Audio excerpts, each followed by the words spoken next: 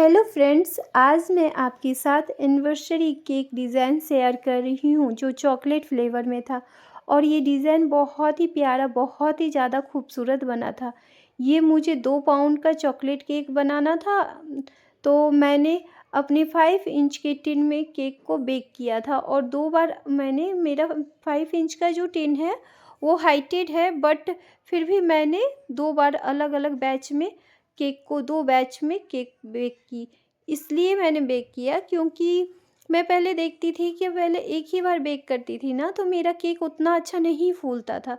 तो जब से मैं 2 बार करके बेक करने लगी हूँ तो देखती हूँ केक मेरा बहुत ही अच्छा फूलता है। और मेरे एक केक में होल हो गया था। कभी-कभी ऐसा हो जाता है कि केक के बीच में होल हो जाते हैं, बट हम उसे केक बनाते वक़्त मैनेज कर लेते हैं। आप देख सकते हो दोनों दोनों बेस में से मैंने 3-3 लेयर कट करके निकाला और बहुत ही अच्छे से कोई भी लेयर मेरा पतला नहीं है ज़्यादा, और अच्छे से मेरा ये केक फूला था। इसी वजह से मुझे 6 लेयर मिले थे। तो फिर मैं एक-एक करके सारे लेयर को असेंबल करने लगी अपने केक में, और फिर मैंने क्रीम में अपना हल्का-सा चॉकलेट मिलाया था और ज़्यादा गनाश मिलाया था, और गनाश मैंने ज़्यादा नहीं मिलाया था, हल्का ही गनाश मैंने मिलाया था। क्योंकि ऊपर चोको चिप्स और गनाश में डाल कर के केक को रेडी करूँगी। और हाँ, मैं आज आपसे शेयर कर रही हूँ ये जो मुझे कैसे ऑर्डर मिला और किसने मुझे ऑर्डर दिया। ये कस्टमर मेरे लिए न्यू थे। मेरे एक रिलेटिव हैं, उनके थ्रू ये ऑर्डर मुझे मिला था। तो उन्होंने ही मुझे ये ऑर्डर दिलवाया था। तो एक होता है ना कि मतलब जब आपको कोई और ऑर्डर देगा तो फिर थोड़ा लगता है कि नहीं, उन्हें अच्छा देना है। उनके फ्रेंड्स का, मेरे जो रिलेटिव हैं उनके फ्रेंड्स की मम्मी-पापा का एनिवर्सरी था, 25th एनिवर्सरी उनका था। तो उन्होंने मुझे 1 दिन पहले ही कॉल किया था और बहुत सारे डिज़ाइन भेजे थे। उन्हें हार्ट शेप में केक चाहिए था और बहुत सारे डिज़ाइन भेजे थे, बट कोई भी इस एनिवर्सरी के हिसाब से मुझे कोई भी सही नहीं लगा। तो फिर मैं उन्हें बोली कि मैं अपने से आपको कुछ डिज़ाइन भेजती हूँ, आप उसमें से सेलेक्ट कर लो, वैसा ही मैं बना दूँगी। सेम नहीं बनाऊँगी, बट मिलता-जुलता मैं बना दूँगी। तो उन्होंने बोला चलो ठीक है। फिर मैं कुछ डिज़ाइन भेजी तो उन्होंने सेलेक्ट किया एक डिज़ाइन जिसमें सामने में एक कपल टॉपर लगा हुआ था। तो फिर मैं बोली ठीक है, मैं ये बना दूँगी। सारा हो गया, पेमेंट की बातें हो गई, कितने बजे लेना है, सारा होने के बाद वो उन्होंने फिर मुझे कॉल करके बोला, अपने मतलब मेरे जो रिलेटिव है उनके थ्रू उन्होंने कॉल करके बताया मुझे कि क्या ये जो कपल का जो टॉपर है, अगर मैं अपने मम्मी-पापा का इसमें प्रिंट आउट करवा के आपको दूँगा, तो क्या आप इसे लगा दोगे? तो मैं बोली ये तो सबसे बढ़िया होगा, क्योंकि अभी तो ये काफ़ी ट्रेंड में भी चला हुआ है कि जिसका बर्थडे रहता है उसी का हम लोग ये फ़ोटो को प्रिंट करके लगवाते हैं, और वो केक देखने में सही में बहुत अच्छा लगता है। बट हम उसे कट नहीं करते हैं, बस कट करते वक़्त उसे हटा देते हैं।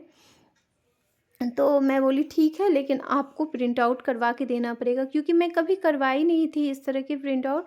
तो मुझे पता नहीं था कि कितना चार्ज उसका पड़ेगा, इसीलिए मैंने अपने कस्टमर को बोला कि आप खुद से प्रिंट आउट करवा के दे दीजिएगा।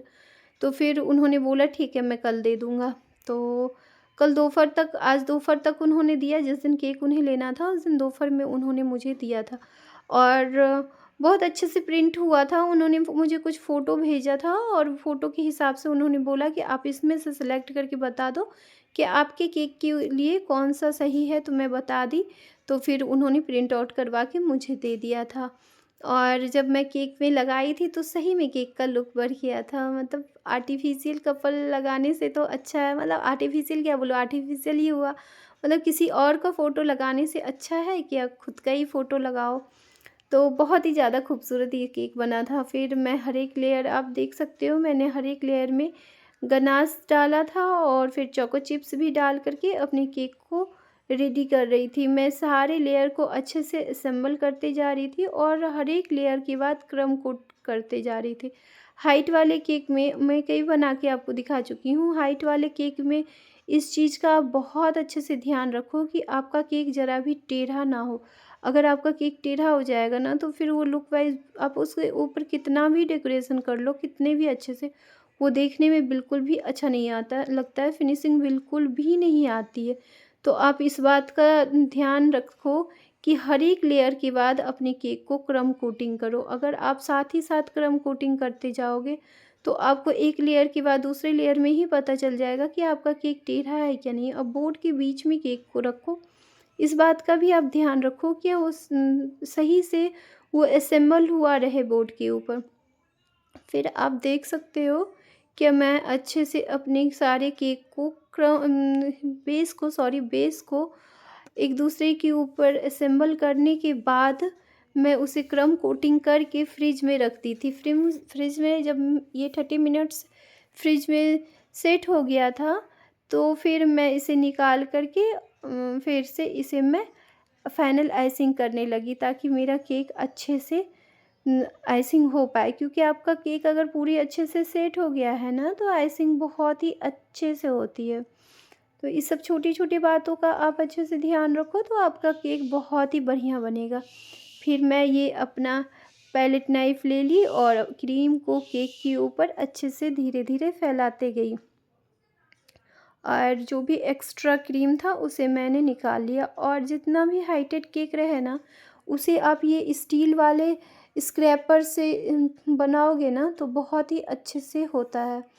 और जो भी ये वो इस केक में मुझे पता नहीं क्यों मुझे आइसिंग करने में थोड़ी परेशानी हो रही थी, जबकि क्रीम अच्छा से मेरा बीट हुआ था और वेदर भी सही था, बट फिर भी मुझे इसमें आइसिंग करने में बहुत ज़्यादा परेशानी है। जबकि ये सही बताऊँ तो मुझे आइसिंग करने में बिल्कुल भी परेशानी नहीं होती है, मेरा आइसिंग बहुत जल्दी हो जाता है। ये मैं ऐसे नहीं बोल रही, मतलब ऐसे ही पता नहीं क्यों मेरा आइसिंग बहुत जल्दी मैं कर लेती हूँ। बट इस केक में मुझे आइसिंग करने में बहुत ही ज़्यादा परेशानी हो रही थी। फिर भी मैंने किसी तरह से मैनेज किया, और रीज़न क्या था मुझे खुद ही नहीं समझ में आ रहा था। फिर मैं बाहर में क्रम कोटिंग कोम करके अपने केक को, और ऊपर भी मैंने ये जो मेरा स्क्रैपर है ना, जो वाइट वाला जो अभी मैं यूज़ कर रही थी, वो मैं काफ़ी टाइम से यूज़ कर रही हूँ। मतलब जब से मैं केक बना रही हूँ ना, तब से ये छोटू सा स्क्रैपर मेरे पास है, और ये बहुत ही बढ़िया है। फिर मैं फाइनल इसमें डेकोरेशन कर रही थी। ये फ़ेन वाले जो होते हैं ना डेकोरेशन के, फ़ेन मतलब आर्टिफ़िशियल फ़ेन, उसे मैं अपनी केक के ऊपर लगा दी थी, और कुछ फ्लावर मैंने ऊपर सेट किया था। जैसे-जैसे अच्छा लग रहा था ना, उस हिसाब से मैं सेट करते गई थी। फिर उन जो कपल का मतलब जिनका एनिवर्सरी था, उनका फ़ोटो को भी मैं कट कर ली थी, और कट करके उसके पीछे मैंने सेलो टेप लगा दिया, क्योंकि उन्होंने जो प्रिंट आउट करवा के दिया था ना, उसके पेपर सही नहीं थे, बहुत पतले से थे। तो मैं इस तरह से पतले वाले पेपर नहीं यूज़ करती हूँ, मेरे जो रहते हैं पेपर वो काफ़ी मोटे रहते हैं। तो इसी वजह से मैं उसके पीछे में अच्छे से सेलो टेप लगा के और केक के ऊपर प्लेस कर दी थी सामने में, और जितने भी फ्लावर लग रहे थे वो मैं अपने केक के ऊपर लगा दी थी। फिर ये गोल्डन वाले नहीं लगाए थे मैंने, कुछ ये पत्ती के तरह थे, तो ग्रीन वाले वो मैं लगा दिए अपने केक के ऊपर। और फिर मैंने 25 ईयर्स वाला एक खूबसूरत सा टैग भी अपने केक के ऊपर लगा दिया था। और इस केक के ऊपर मैंने गोल्डन वाले स्प्रिंकल्स लगा दिए थे, और केक का फाइनल लुक फ्रेंड्स सच में बहुत ही ज़्यादा खूबसूरत हुआ था। और मेरे कस्टमर को ये केक बहुत बहुत ही ज़्यादा पसंद आया था। वो बोल रहे थे कि मतलब cake taste wise, look wise दोनों बहुत ही बढ़िया था।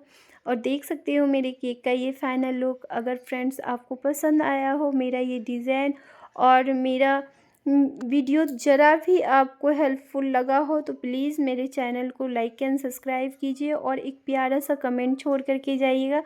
कमेंट में आप करते हो ना, तो मुझे बहुत ही अच्छा लगता है।